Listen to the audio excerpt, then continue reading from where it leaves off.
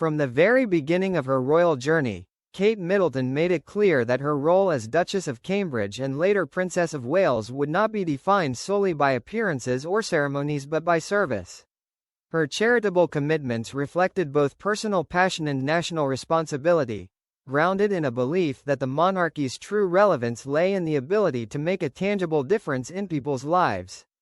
Unlike the grandeur of state occasions, her charitable work unfolded in classrooms, hospitals, community centers, and hospices, spaces where real struggles and triumphs played out daily. Kate brought to these environments a sincerity that disarmed those she met. She did not hover at a distance but crouched beside children, listened to anxious parents, and embraced people who needed comfort. Her approach was not to dazzle with royal mystique but to dignify with presence. This ethos of service reflected her upbringing, shaped by the values of empathy and responsibility instilled by her parents.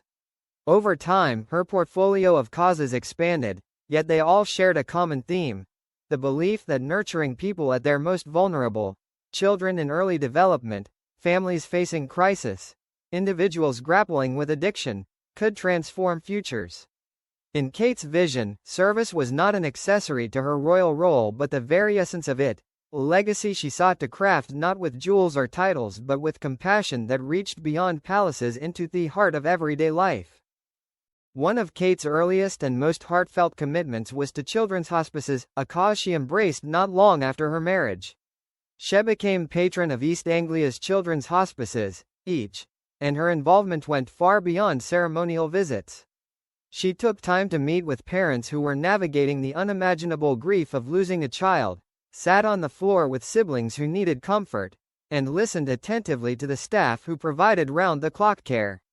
Her speeches at hospice events were not filled with lofty rhetoric but with warmth and empathy, often focusing on the resilience of families and the dedication of caregivers. Kate used her public platform to shine a light on the critical role hospices play, not only in end-of-life care but in supporting the entire family unit through counseling, respite, and practical aid. She often described hospices as places not of sadness but of love, dignity, and memory-making, reframing how the public viewed such institutions. The visibility she brought translated into fundraising, awareness, and the strengthening of community support networks. For the families she met, however, her presence was worth more than any headline. It was the assurance that their struggles were seen, their children valued, and their stories honored by someone who carried their memory into the halls of national attention. Another cause close to Kate's heart has been tackling the stigma surrounding addiction and supporting recovery. As patron of Action on Addiction, she consistently worked to highlight that addiction is not a moral failing but a health issue requiring compassion, treatment, and understanding. She met with individuals in recovery, hearing their journeys of pain and resilience, and visited treatment centers to better understand the frontline work being done to support families affected by addiction. Her advocacy emphasized the interconnectedness of mental health, family stability, and substance abuse, showing how cycles of trauma can perpetuate unless broken with care and resources. Kate used her platform to challenge stereotypes, reminding the public that addiction affects all walks of life and that recovery is possible with the right support. Her speeches often acknowledged the courage of those in recovery and praised the organizations working to provide pathways out of despair. By amplifying these voices, she not only raised awareness but also created space for policy discussions about funding, accessibility, and early intervention. Her role was not to dictate solutions but to humanize the issue, offering dignity and attention to people who are too often ignored. In doing so, she reinforced her commitment to causes that address root challenges, helping individuals rebuild lives and families heal from within. Mental health became one of Kate's signature causes, particularly through her work with the Heads Together campaign, which she launched alongside Prince William and Prince Harry.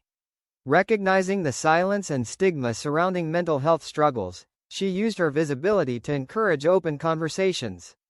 Her speeches often drew from her experiences as a mother, acknowledging the pressures families face and the importance of early intervention. Kate visited schools to speak with children about emotional resilience, sat with parents to discuss postpartum challenges, and met with frontline workers supporting those in crisis. She emphasized that mental health is as vital as physical health, urging society to normalize discussions of anxiety, depression, and stress. Her gentle but determined advocacy resonated widely, especially among women and parents who saw in her a relatable figure who understood their struggles.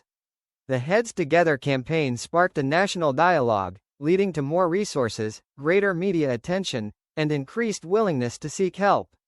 Kate's role was instrumental in shifting mental health from a taboo subject to a mainstream conversation.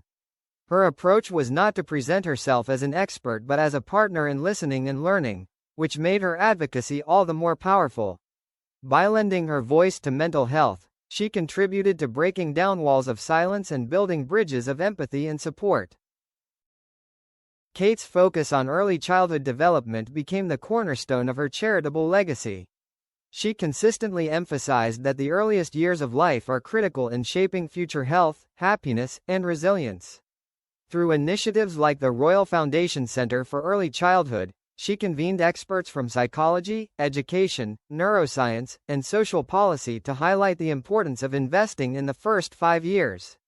Her advocacy went beyond academic theory. She visited nurseries, childcare centers, and community programs to see firsthand how children were nurtured and how parents were supported. She often linked the science to everyday practices: reading to children, establishing routines, fostering secure attachments, showing that small actions have lifelong impact. Kate spoke with conviction about how society must shift its mindset to view early years not as a private matter but as a public priority. Her leadership helped bring early childhood into the national conversation, influencing policy discussions and inspiring charities to align resources. By championing this cause, she sought to build stronger foundations not just for individual children but for society as a whole, believing that nurturing the youngest among us creates ripple effects for generations. Her legacy in this area reflects a vision both practical and hopeful: that every child deserves the best possible start, and that investing in families today secures a healthier, more resilient tomorrow. What set Kate's charitable work apart was not simply the causes she chose but the way she approached them. She became known as a royal who truly listened, creating space for people's voices rather than dominating the conversation. Whether at a children's hospice, a recovery center, or a community school, she gave her full attention, making those she spoke with feel heard and valued. Journalists frequently remarked on how she could transform a formal engagement into an intimate encounter by crouching to a child's level, asking thoughtful questions, and responding with genuine warmth. This ability to listen was not performative, it stemmed from an authentic curiosity and empathy. For many charities, her visits were not just about publicity but about validation, proof that their work mattered and their challenges were understood at the highest levels. Kate's listening presence also modeled a different kind of leadership, one rooted in humility and partnership rather than authority.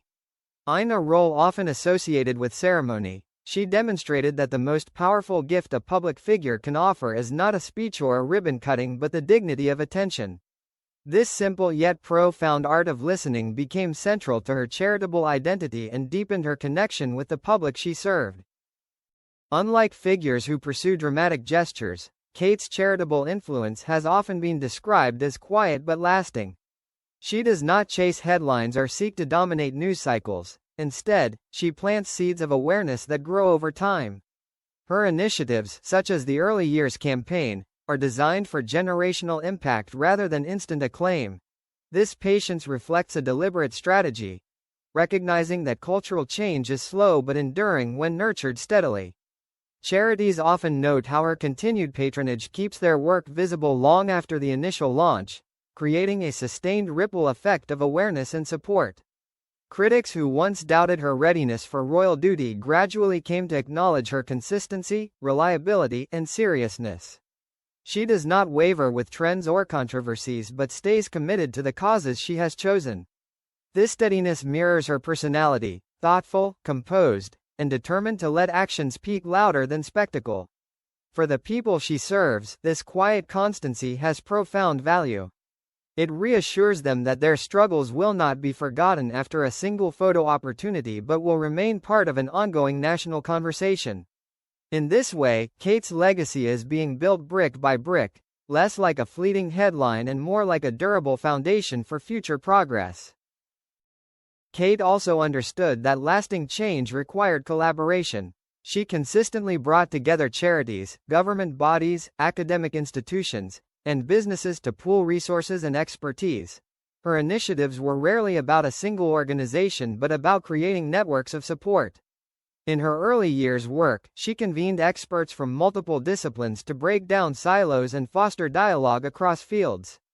In mental health advocacy, she joined forces with William and Harry to amplify the message through a united royal front. By positioning herself as a convener rather than a commander, Kate helped foster environments where ideas could flourish and action could scale. Her collaborative approach reflected humility. She did not claim ownership of solutions but sought to amplify the voices of those already doing the work. This model of partnership extended beyond the UK, as he engaged with international experts to learn from best practices and adapt them at home. By weaving together diverse strands of expertise, Kate ensured that her causes were not dependent on her presence alone but rooted in collective effort. This emphasis on collaboration became one of her most valuable contributions, creating sustainable movements rather than momentary campaigns. Over the years, Kate has played a subtle but powerful role in shaping public conversations about issues often overlooked or stigmatized. By lending her voice to early childhood, addiction, and mental health, she reframed them as matters of national importance rather than private struggles. Her ability to connect scientific research with everyday family life helped demystify complex issues and made them accessible to a broad audience. She used speeches, interviews, and even short video messages to invite people into dialogue, always emphasizing empathy and shared responsibility. The media attention she attracted ensured that these conversations reached millions who might otherwise never engage with such topics. Importantly, she did not shy away from acknowledging challenges, whether discussing the difficulties of parenting or the courage required to seek help for mental illness. This candor made her advocacy relatable and authentic. As a result, public attitudes began to shift, with greater willingness to support families, fund mental health initiatives, and discuss addiction without shame. Kate's ability to use her platform to influence not just policy but culture underscores the depth of her charitable legacy. She proved that even in an age of skepticism toward institutions, a royal voice could still spark meaningful, lasting conversations. As Catherine, Princess of Wales, looks ahead to future decades of service, her charitable legacy is already clear. It is a legacy of compassion. She has chosen causes that address human vulnerability at its most raw: children facing illness, families struggling with addiction, individuals navigating mental health challenges. And she has approached them not with distant formality but with empathy, humility, and commitment. Her impact may not always dominate front-page headlines, but it resonates in the lives of those she has met, the organizations she has supported, and the cultural conversations she has shifted. By focusing on early years, she is building a foundation that will outlast her own lifetime, shaping generations yet to come. By challenging stigma around addiction and mental health, she has helped dismantle walls of silence and replace them with bridges of understanding. By listening intently and serving quietly, she has shown that real influence lies not in grandeur but in grace.